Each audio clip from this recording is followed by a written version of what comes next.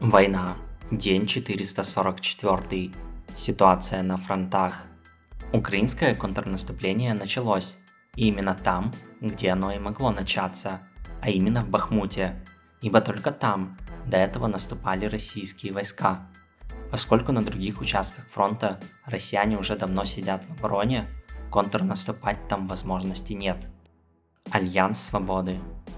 Британия объявила о передаче Украине крылатых ракет Storm Shadow, которая имеет дальность поражения от 250 до 500 километров. Вероятно, Украина получила первые. По своим техническим характеристикам в этой ракете нет чего-то особенного, и на бумаге российское ПВО должно ее перехватить. Учитывая дозвуковую скорость ракеты 800 км в час и немалые габариты с длиной 5 метров и размахом крыльев 2,8 метра. Но само название ракеты намекает нам, что не все так просто. Дело в том, что эта ракета оснащена стелс-технологиями, и она слабо заметна для РЛС. Она полностью автономна и не излучает никаких сигналов при подлете. Лишь перед самым попаданием она делает фотоцели и передает картинку в штаб.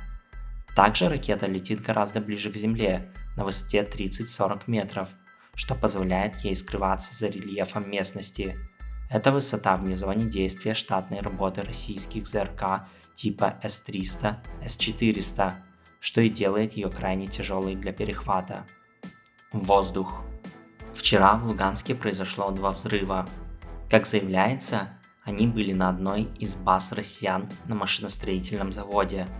Что интересно, Луганск находится вне зоны поражения ракет «Хаймарс», поэтому есть основания считать, что применялась ракета Storm Shadow. К тому же были обнаружены обломки AGM-160B, американской ракеты-приманки, которая имитирует воздушную цель, ракету или самолет, и ставит помехи. Похоже, она взяла на себя ПВО, а боевые ракеты поразили цель. Также вчера в Крыму разбился российский ударный вертолет Ми-28. С пилотами все хорошо, оба погибли. А сегодня эту эстафету перехватили российские летчики в Брянской области. Там уже были сбиты ракетами 2 российских вертолета Ми-8 и 2 самолета Су-34 и Су-35. С пилотами все так же хорошо, как и во вчерашнем случае. Что именно стало причиной такого обильного падения, достоверно неизвестно. По некоторым данным, их позбивало собственное ПВО. По другим, украинские диверсанты проникли вглубь РФ и сбили авиацию из ПЗРК. А быть может, это дальнобойные ракеты, запускаемые с носителей, о которых публично не сообщалось. Восток. Продолжаются приграничные обстрелы Черниговской, Сумской и Харьковской областей. По линии Сватово-Кременная идут локальные бои без изменений линии фронта, как и на правом берегу Северского Донца. Основные бои продолжаются в районе Бахмута и в самом городе. Но ситуация тут на этой неделе кардинально изменилась, ибо именно здесь происходят украинские контратаки.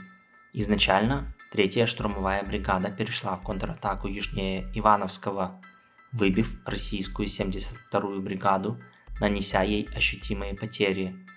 Затем севернее части 21-го батальона «Сармат» 56-й украинской мотострелковой бригады атаковали и отбили ранее утраченные позиции к северо-востоку от Григоровки. В самом же городе наемники Вагнера продолжают атаковать, хотя появилось видео, которое демонстрирует, что украинским войскам удалось отбить хотя бы частично Бахмутский индустриальный техникум. Дальше в районе Авдеевки украинские войска попытались продвинуться в сторону Водяного. Они достигли плотины, но были встречены огнем россиян и отступили.